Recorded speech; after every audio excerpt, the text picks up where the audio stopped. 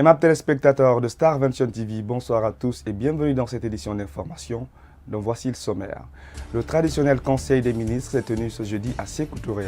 Au cours de cette rencontre hebdomadaire, plusieurs sujets d'intérêt national ont été abordés. Les détails, c'est dans cette édition d'information. Et puis les consommateurs à l'honneur ce 15 mars. Cette journée est consacrée à promouvoir la justice en faveur de la consommation. Les échos, c'est dans ce journal. Pour finir, 49 morts et une vingtaine de blessés, c'est le nouveau bilan fourni par la police après la double attaque dans le sud de la Nouvelle-Zélande. C'est tout pour les titres, les détails, c'est dans un instant.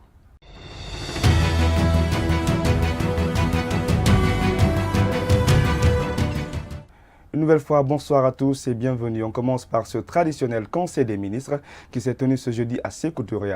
Au cours de cette rencontre hebdomadaire, plusieurs sujets d'intérêt national ont été abordés, parmi lesquels on note le cas des réserves foncières de l'État, dont certaines sont en cours de récupération. Tianfalidou Diallo nous fait le point. Au cours de ce Conseil des ministres présidé par le chef de l'État, l'accent a été immédiatement mis sur la situation de déguerpissement des réserves foncières de l'État et les nouvelles dispositions prises par les autorités. Il a particulièrement insisté sur la nécessité d'anticiper à l'avenir sur les occupations illicites des domaines publics en empêchant l'installation de citoyens sur des espaces réservés. Il a également mis l'accent sur l'urgence d'entreprendre sur le terrain récupéré des travaux de réalisation d'infrastructures ou à tout le moins de sécurisation afin d'éviter leur réoccupation. Par ailleurs, des enquêtes doivent être diligentées afin d'identifier les cadres de l'administration et ceux des services décentralisés à la base de la cession indue de certaines parcelles afin de donner des suites administratives et judiciaires à ces délits. Les questions environnementales figurent également à l'ordre du jour avec le projet Initiative présidentielle pour le reboisement national de 1368 hectares de zones dégradées dans 342 communes urbaines et rurales du pays. Sur ce, il compte former 68 400 jeunes.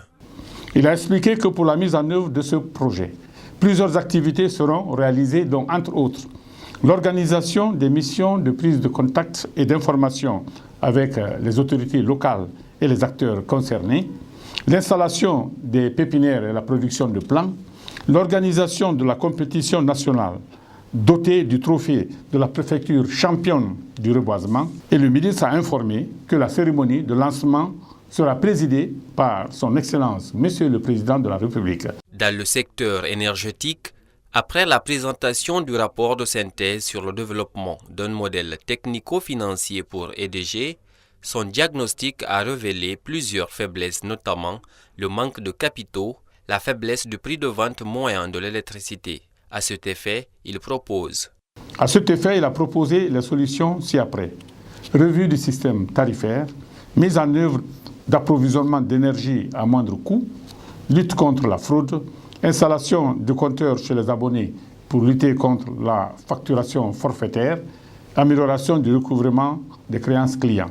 Au terme des débats, le Conseil a demandé au ministre de faire le point de la situation réelle des subventions dues à EDG et de la présenter à une prochaine session du Conseil des ministres.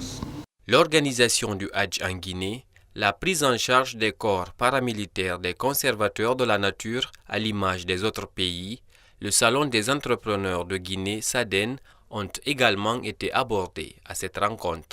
Je vous le disais au sommaire, la journée internationale des consommateurs est célébrée cette année sous le thème « Les produits connectés de confiance ». En Guinée, le débat reste entier quant à la consommation des produits de qualité, une réalité que de bon nombre de citoyens dénoncent quant aux différends liés au contrôle de qualité de produits consommés dans le pays. Aminata Keita.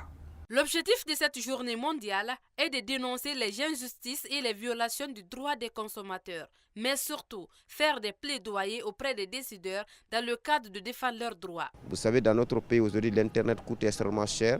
C'est l'occasion pour nous donc de demander au gouvernement, surtout au ministère des Télécoms, à l'ARPT et aux organes de régulation, vraiment de réglementer et de diminuer le coût de l'Internet. Parce qu'on ne peut pas comprendre aujourd'hui que vous payez des passes de 24 heures et en 30 minutes, ils ne sont plus utilisables, c'est certains opérateurs. La secrétaire générale du ministère du Commerce énumère les réformes engagées par leur département. Équiper le laboratoire de l'Office national de contrôle de qualité, n'est-ce pas, pour pouvoir faire les analyses.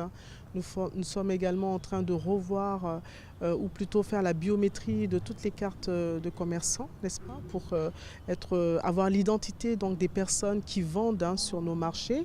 Nous sommes également en train de discuter avec la douane sur les précautions à prendre, n'est-ce pas, pour mieux contrôler les marchandises importées. Selon ce responsable à l'Office national du contrôle des qualités, il y a une loi qui fixe l'amende sur toute personne qui s'hasarderait à vendre les produits périmés. Il y a une loi qui est là, la loi, elle, comme elle a, je ne retiens pas le nom, qui fixe toutes ces amendes et par rapport à une falsification, à un produit périmé vendu dans un magasin. Par contre, nombreux sont des citoyens qui récusent l'existence de cette loi. Il y a plein de produits périmés dans le pays. Même si les autorités voient, ils ne disent rien. Nous, les citoyens, nous les consommons par manque de moyens financiers.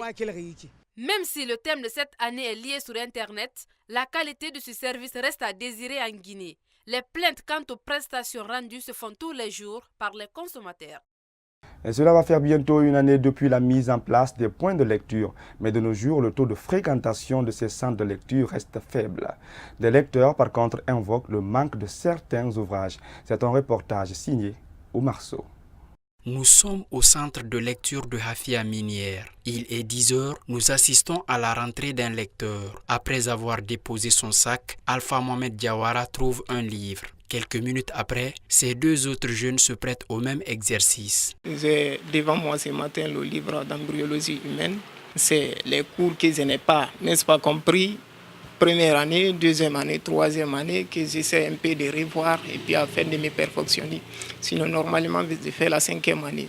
En dépit de la lecture, d'autres font des prises de notes afin d'assister leurs jeunes frères qui sont dans des classes d'examen, disent-ils. Comme je révise mes jeunes frères et sœurs, c'est eux qui font la 6e année, quoi. Donc, vraiment, j'ai regardé, il faut que maintenant, avec ces livres, le livre de grammaire orthographe, avec la conjugaison, donc je continue maintenant à faire mes recherches avec ça, donc pour les aider à faire enfin décrocher l'examen d'entrée en 7e année, quoi.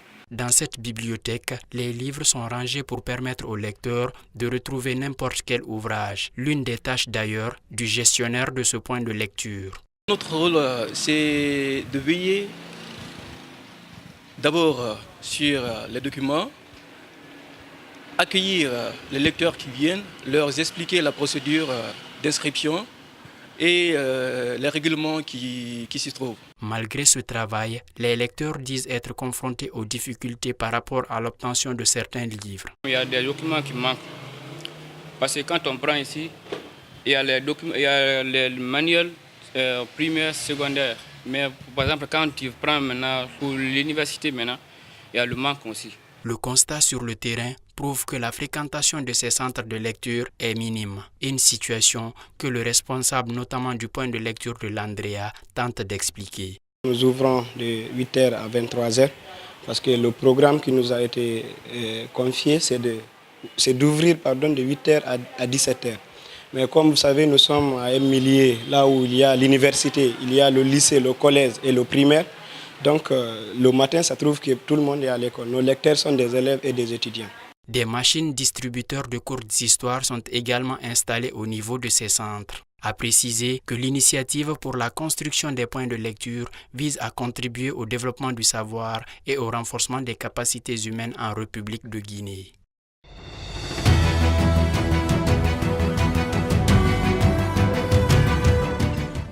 Sport à présent dans cette édition d'information, la 6e et dernière journée des phases de poule de la Ligue des champions africaine. Le OREAC de Matam reçoit ce samedi les Orlando Pirates au stade du 28 septembre de Conakry. Les deux entraîneurs plutôt ont tenu devant les hommes de médias une conférence de presse d'avant-match. Abdelhamou Fofana était sur place. Fond de cette conférence de presse d'avant-match ici au siège de la plus haute instance dirigeante du football guinéen entre le Orea AC et Orlando Pirates. L'entraîneur du Orea reste motivé. L'ambition ou l'objectif demain ici, c'est de s'imposer ou à défaut espérer un match nul afin de se qualifier pour les quarts de finale de cette Ligue des Champions. Mais en face, il faudra faire très attention à cette équipe d'Orlando, puisqu'à l'aller, Orlando s'était imposé sur le score de 3-0. Donc demain, une petite victoire qualifierait cette équipe d'Orlando. Mais les hommes de Patrice Neveu restent hyper confiants parce qu'ici, on a senti un capitaine prêt à porter cette équipe du Orea AC. Donc le coup d'envoi est prévu demain à 16h30, temps universel. Le public sportif guinéen connaît désormais les noms des joueurs qui doivent affronter les fauves de la Centrafrique. Le sélectionneur du CI national de Guinée, Paul Put, a publié ce vendredi au siège de la Fédération guinéenne de football la liste des 23 joueurs convoqués. Cette convocation est située dans le cadre de la 6e et dernière journée des éliminatoires de la CAN 2019. Suivez la réaction de quelques journalistes sportifs. Ah oui, mes impressions sont très géniales par rapport à la convocation de ces 23. Vous savez, tout entraîneur, ils sont libres à faire leur choix. Et si vous savez, aujourd'hui, ces 23 joueurs ont été vraiment concoctés par cet entraîneur appelé Paul Put. Moi, je pense qu'il a sa confiance à ces 23 joueurs. Il y a des convocations sur cette liste-là quand vous regardez un tout peu au niveau du goal, au niveau des gardiens de but notamment. Vous prenez l'éternel Abdul, disons Nabi Yatera japonais qui est là, qui est vieillissant, et également le tout nouveau qui est venu également, Steve Elana, qu'on a vu aujourd'hui, qui est pratiquement, disons aussi qui est vieillissant parce qu'il a 38 ans, donc sur ces deux convocations-là. Alors que sur le plan local, il y a des jeunes gardiens quand même qu'on doit ici aujourd'hui faire leur promotion. L'UEFA a procédé au tirage au sort des quarts et demi-finales de la Ligue des champions européenne à son siège à Zurich. Les Reds de Liverpool de Naby Keita vont affronter les Dragons du FC Porto et le FC Barcelone va s'affronter au Manchester United. Abdelhamou Fofana nous fait le point. L'Union européenne de football a procédé ce vendredi à son siège à Zurich au tirage au sort des quarts de finale de la Ligue des champions européenne, mais aussi de l'Europa League. Les Reds de Liverpool de l'international guinéen Naby Keita croiseront le fer aux Dragons du FC Porto. Le FC Barcelone sera opposé aux Red Devils de Manchester United. La Juventus de Turin de Cristiano Ronaldo va défier l'Ajax Amsterdam. Voici le tirage complet des quarts de finale de la Champions League 2019. Ajax Amsterdam, Juventus de Turin, Liverpool, FC Porto, Tottenham, Manchester City, FC Barcelone, Manchester United. Le vainqueur du match Tottenham-Manchester City sera face au vainqueur du match Ajax-Juventus. Le vainqueur du match Manchester United FC Barcelone rencontrera le vainqueur du match Liverpool-FC Porto. En Europa League, nos deux internationaux guinéens ont été situés sur leur sort. Le Napoli d'Amadou Diawara croisera le fer aux Gunners d'Arsenal et l'Eintracht Francfort de Simon Fallette jouera face à Benfica. Le tirage complet des quarts de finale de l'Europa League: Naples, Arsenal, Villarreal, Valence, Benfica, Eintracht Francfort, Slavia Prague, Chelsea.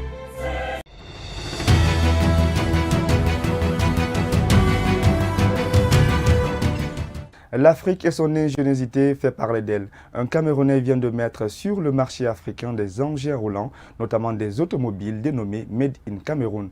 Une invention qui suscite beaucoup d'engouement sur les réseaux sociaux. Les produits de cette fabrique sont déjà présents dans certains pays africains. Salimatou Diallo. Depuis la création de ces engins roulants, Cédric ne passe jamais inaperçu au volant de son petit pick-up bleu. Les passants surpris par la qualité et la finition de la voiture avec des pièces récupérées. Je suis assis confortablement, une voiture de 2 places, et ça, tous les accessoires.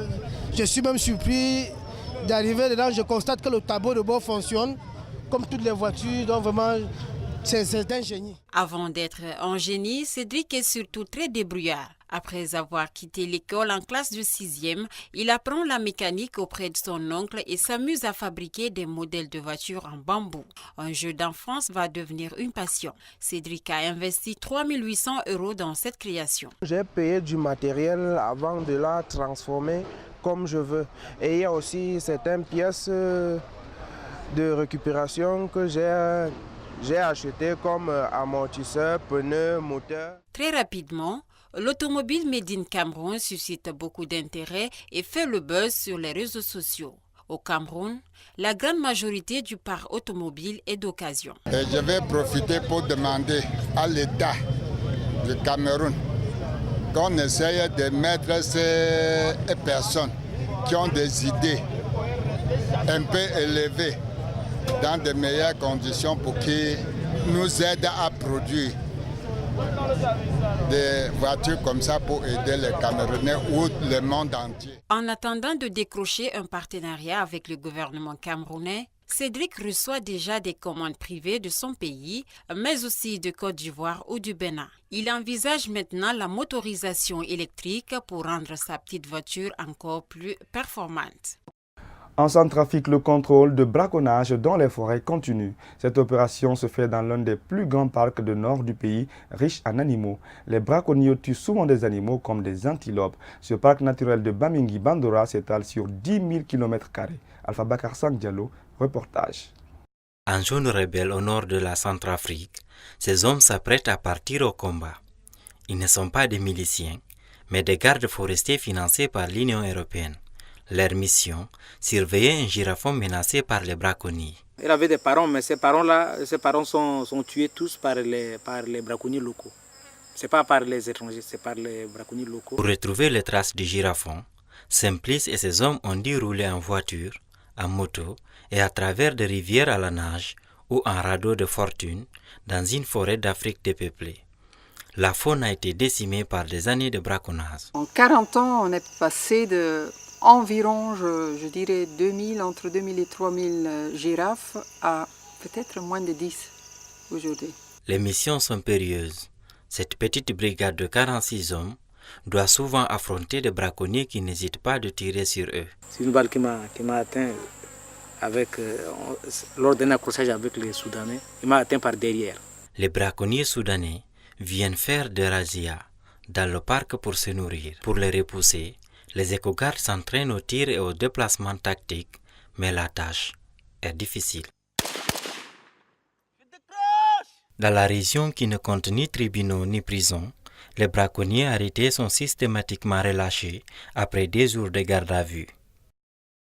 Un immeuble de 4 étages abritant une école s'est effondré mercredi à Lagos Island, un quartier populaire de la capitale économique nigériane, faisant au moins 8 morts. L'étage abritait une école maternelle et primaire, tandis que des appartements et des commerces occupaient le reste de l'immeuble. 37 personnes ont été sorties vivantes et 8 personnes ont été retrouvées mortes, a annoncé dans la soirée un responsable de l'agence de gestion des urgences de l'État de Lagos. Le président Muhammadu Buhari a exprimé sa sympathie à l'égard des victimes. À Alger, la mobilisation se poursuit contre le prolongement du 4e mandat d'Abdelaziz Bouteflika, et cela quelques jours après le retrait de sa candidature pour un 5e mandat. Le président algérien a également annoncé le report sine die des élections présidentielles initialement prévues le 18 avril. Ce jeudi, c'est le nouveau Premier ministre qui a fait de nouvelles annonces.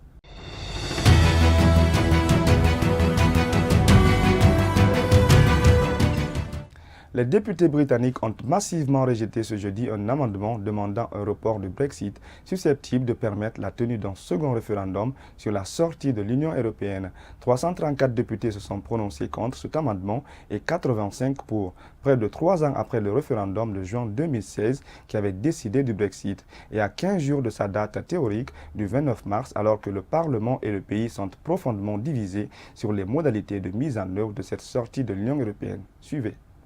The ayes to the right, 85. The noes to the left, 334. So the noes have it. The noes have it. Unlock. Et 49 personnes tuées et une vingtaine de blessés, c'est le nouveau bilan fourni par la police après la double attaque sur 2 mosquées à Christchurch, dans le sud de la Nouvelle-Zélande. La police, qui a procédé à 4 arrestations, a suspendu ses recherches. Le tireur présumé est un terroriste extrémiste de droite et violent de nationalité australienne, selon le Premier ministre australien Scott Morrison. Brenton Tarrant a décidé de mener son attaque en Nouvelle-Zélande pour montrer qu'aucun endroit dans le monde n'est sûr pour les migrants.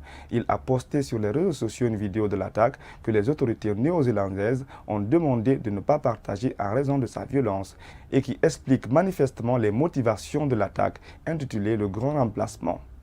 L'astronaute de la NASA Nick Hogg et son collègue russe Alexei Ochininy, qui avait survécu en octobre au lancement raté d'une fusée Soyouz, ont décollé jeudi pour rejoindre la Station spatiale internationale ISS. Ils sont accompagnés de l'astronaute américain Christian Koch et sont partis du cosmodrome russe de Baïkonour en Kazakhstan. Aimables téléspectateurs de Star 21 TV, c'est cet élément qui met fin à cette grande édition d'information. Bon début de semaine à tous, portez-vous bien, au revoir.